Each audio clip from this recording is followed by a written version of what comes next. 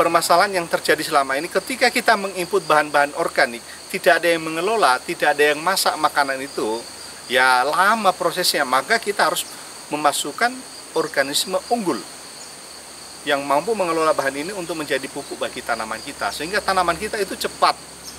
Sobat kebun, jumpa lagi dengan saya Robian di channel Top Dewi. Oke, sobat, pada kesempatan ini kita akan berbagi tentang tips bagaimana cara mengelola tanah menjadi subur atau tanah yang kritis, tanah yang miskin unsur hara, tanah yang produktivitasnya rendah menjadi subur kembali dan produksinya bisa tinggi dengan cara yang cepat, tepat, dan maksimal, dan tentu juga ini berkelanjutan atau sustainable, sobat. Oke, ikuti terus video kita ya, sobat ya. Saya sudah sampaikan di awal tadi bahwa kita akan membagikan tips bagaimana kita mengembalikan kesuburan tanah secara cepat, tepat, dan maksimal, tidak usah nunggu waktu 3-4 tahun. Tetapi kita bisa mengembalikan pada saat itu juga. Ketika kita memulai pengelolaan tanah, nanti panennya juga bisa hasilnya meningkat.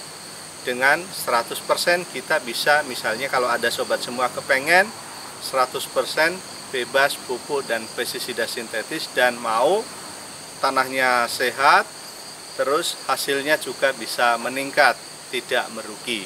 Kenapa tanah itu menjadi kritis? Yang kedua, ciri-ciri tanah yang kritis itu apa? Tanah kritis bisa terjadi, sobat, karena residual dalam tanah. Entah residual pupuk maupun pestisida sintetis. Kritis dalam hal ini tanah yang sudah tidak ada kehidupan lagi. Yang tidak ada kehidupan maksudnya yang sudah minim atau tidak ada lagi mikroorganisme maupun organisme di dalam tanah. Ciri-cirinya, sobat, kita bisa melihat tanah itu begitu keras.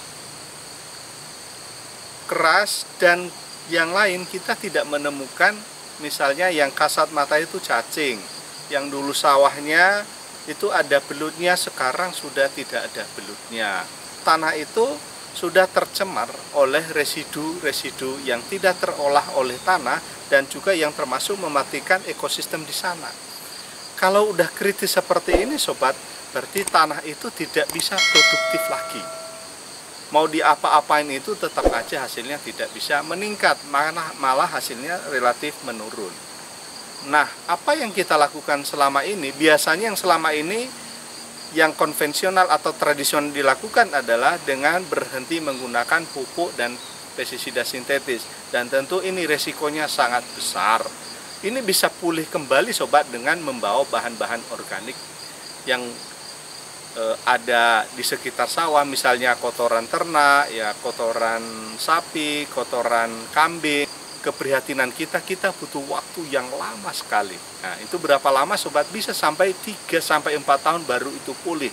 Nah, itu kalau selama itu siapa yang biayai? Pasti kita merugi. Hasilnya pasti menurun.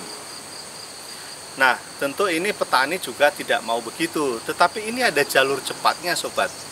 Selain kita memperbaiki struktur tanah tadi, tapi kita juga menginput bahan-bahan yang bagus, mikroorganisme, kita menginput hormon yang bisa memacu pertumbuhan tanaman, akar, daun, dan batang itu lebih cepat. Terus bisa juga membacu buah atau bunganya itu lebih cepat, lebih banyak, lebih lebat, dan lebih besar. Oke, ngomong-ngomong, sobat, kalau senang dengan video kita ini, channel ini berisi tentang pertanian milenial. Ini membahas ini, kalau sobat semua tertarik, silahkan di jempolnya, like, share video ini, dan kita ucapkan terima kasih, sobat.